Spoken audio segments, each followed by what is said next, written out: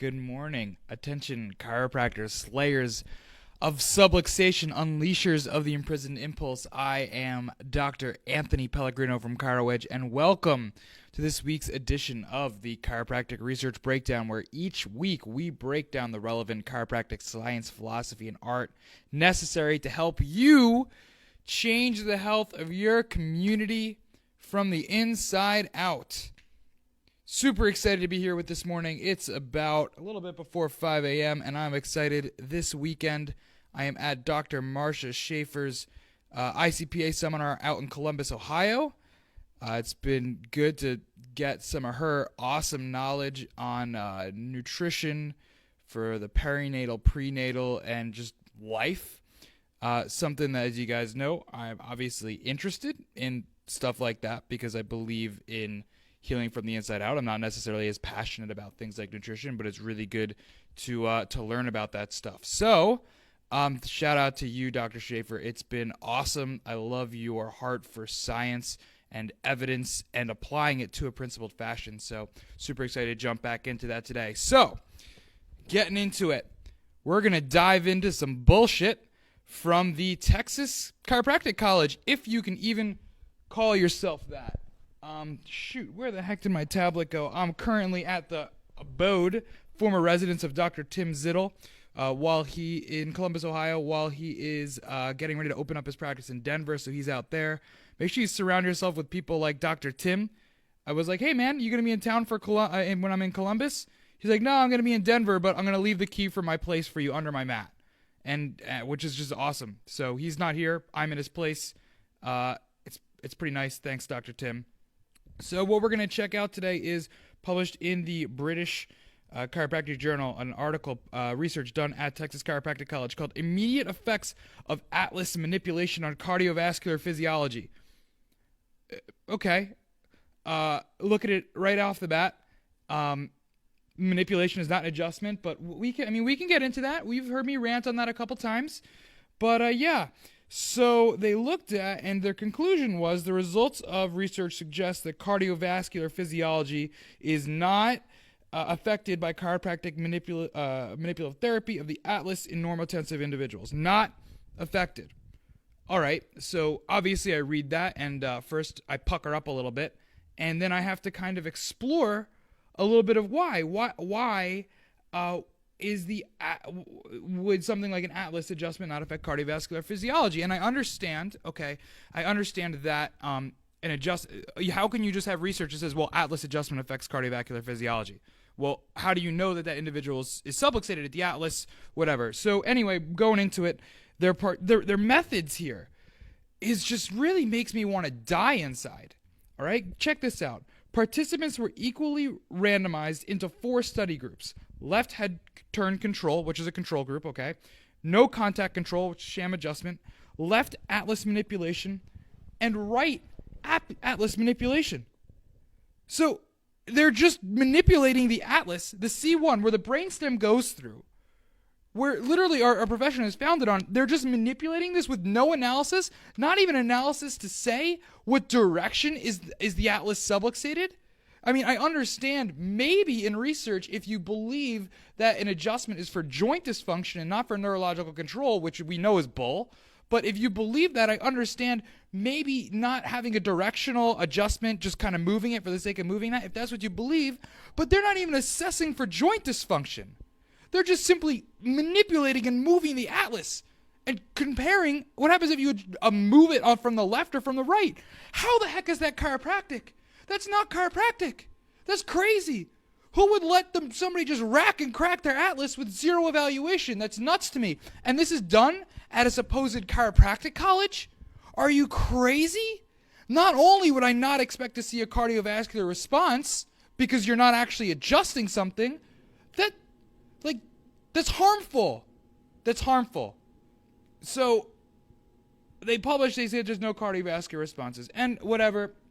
I understand people have different thoughts of what chiropractic is. They have different thoughts. They think that an adjustment is a spinal manipulation, and they think that joint dysfunction is a subluxation, and it's not, right? And it's not. And this is why you hear me week after week asking us to demand more from those in our profession who are supposedly principled, who use words like joint dysfunction, who use words like manipulation because they want to get it into a better journal.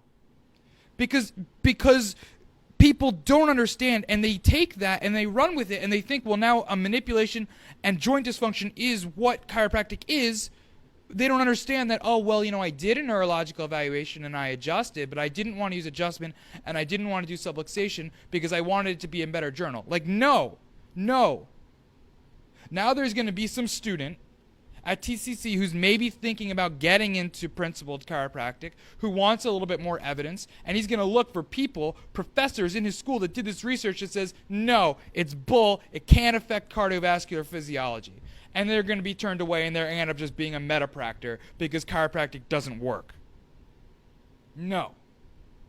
First off, chiropractic the goal is not to just change cardiovascular physiology. The goal is to allow the body to heal and function at 100% of its best. And you can look at research on HRV, on thermography, on SEMG, on all the wonderful stuff that Insight and MyoVision and all these different people are doing, and you can see that it's changing autonomic control. It's improving autonomic control, and yes, sometimes that leads to a boost in the immune system. Sometimes it leads to changes in cardiovascular physiology, but overall changing the autonomic control, improving it to allow each and every person to heal and function 100% of their best, that is what chiropractic is about. Not randomly manipulating the atlas to see how blood pressure and pulse oxygen changes. All right, so that's my rant on that. Now, actually getting into something that's not just me complaining about stupid people is going to be research out of, I don't remember where it's published. I think it's out of the journal Sleep. It's called Nocturnal Enuresis is associated with differences in autonomic control. Now we're going to be talking about bedwetting and the autonomic nervous system. This isn't a chiropractic article, by the way, coming up. This is just a medical article talking about physiology. Now, 15% of 5-year-olds and 10% of 10-year-olds suffer with nocturnal enuresis or bedwetting. It's often thought to be a bladder problem and a breathing problem. Those two things. Accepted theories in the literature are natural delay of bladder response for whatever reason. So the bladder doesn't respond quickly and kid wets themselves.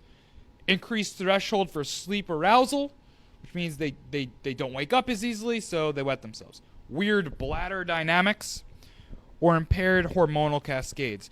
Now, these researchers sought out to look at and see why they had been finding a huge association with nocturnal enuresis and obstructive sleep apnea. So what about a breathing problem?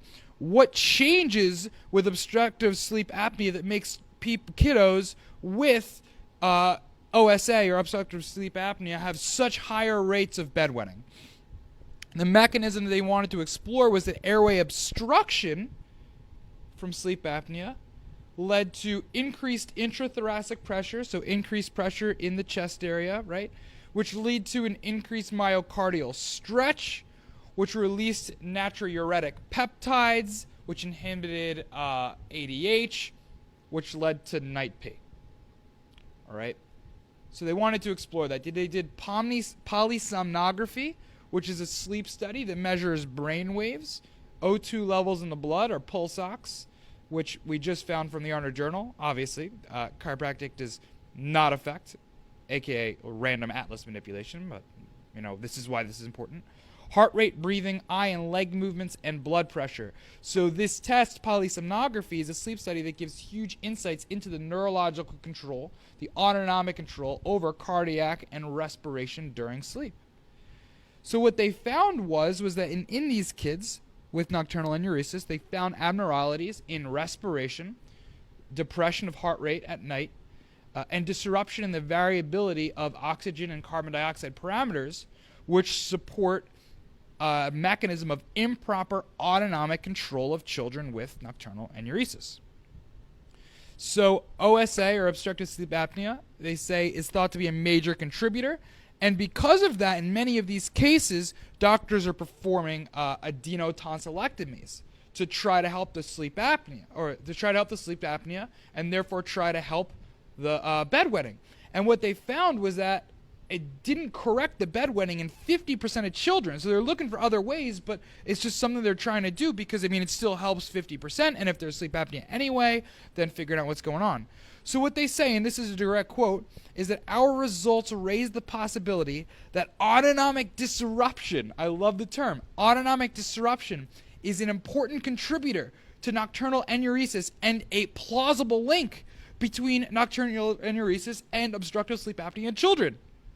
They failed to define defects in urine concentrating ability, meaning that it's not necessarily a bladder problem. So this pattern suggests, and this is from the conclusion in the abstract, this pattern suggests that autonomic control, rather than renal or hemodynamic or abnormalities, may lead to the pathophysiology of nocturnal enuresis. So let's go back to this and explore my problem with the first study as well. When we talk about bedwetting, if you go on something like the ICPA page, or if you just go to any of whatever pages you're in, a lot of times doctors will talk about, oh, you have bedwetting, adjust the sacrum, adjust the sacrum, adjust the sacrum, adjust the sacrum, check the sacrum. And yeah, obviously you should be checking it, and their thought is because the way that the pelvic splanchnic nerves go out and control things and contribute to things like bladder function as well. But if you, the same way that bullshit out of the TCC is saying that, or looking at how if you randomly manipulate the atlas, it's not going to change cardiovascular function, guess what? Chances are if you randomly manipulate the sacrum, it's not going to affect bedwetting. Not that chiropractic's for a specific symptom. Because chiropractic is not for a specific symptom. All it's about is for correcting subluxation, and subluxation needs to actually be present. So you can check the sacrum, but the bottom line is that it's not necessarily a bladder problem, it's an autonomic nervous system problem. So what's going to affect the function of the autonomic nervous system? Everything. Wherever there's subluxation. Yes, in the upper cervical area. And yes, in the lower lumbar and sacral area, because that does affect parasympathetic nervous system function, right? Yes, it absolutely does. But let's use this to our advantage. Let's measure things. Let's measure autonomic activity. Let's measure it. Let's have objective indications like thermography, SEMG, and HRV. Let's know and be able to say when a parent comes to us, can this help? Can I help my kid's bedwetting? I heard it could help. You know, honestly, I don't know.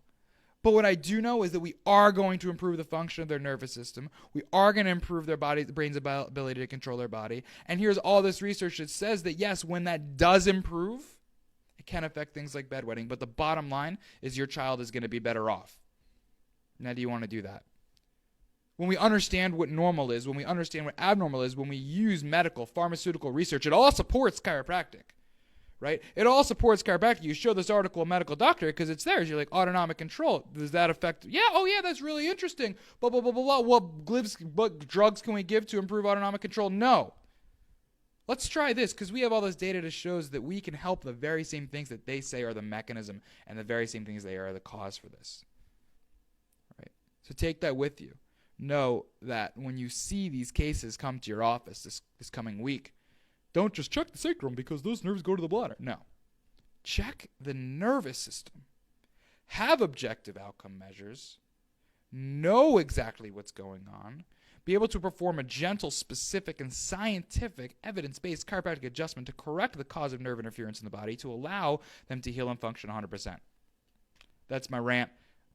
This is going to be one of the articles that we have coming out for you guys. If you guys are subscribed to ChiroEdge, you can get a ChiroEdge, a free trial, 2-week free trial at chiroedgemedia.com. For those of you guys who don't know what that is a service where we take articles, 3 different research articles like this each and every week, and we put it down. This is going to be, for our clients, is going to be a really digestive, easily digestible patient newsletter for them this week, for them to be able to use and educate their practice members on normal physiology and be able to start thinking about it when they meet somebody whose kiddo's suffering with bedwetting. They'll be able to better refer them in, something we see all the time.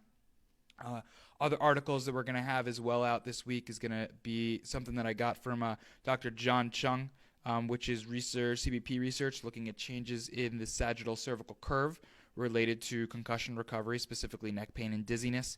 And the last one is going to be looking at the function of the nervous system, specifically the vagus nerve and different areas of the brain that are associated with tinnitus, ringing in the ears, and how by understanding the physiology there, we can be well educated and know that, once again, improving the function of the nervous system, that's the reason that we do help these people with tinnitus. It's not that we give a tinnitus adjustment, that we improve the function of the nervous system, and that, yes, tinnitus is a nervous system issue. All right, so this has been Dr. Anthony Pellegrino with another weekly research breakdown from ChiroEdge. Please, if you're watching this live on Facebook, that's awesome. Make sure, if you want the audio format, it'll be better quality. That's why I have this microphone right here. Hopefully I remembered to hit record this time. But you can subscribe to the Chiropractic Research Breakdown, and that's on your podcast service of choice. Have a great day.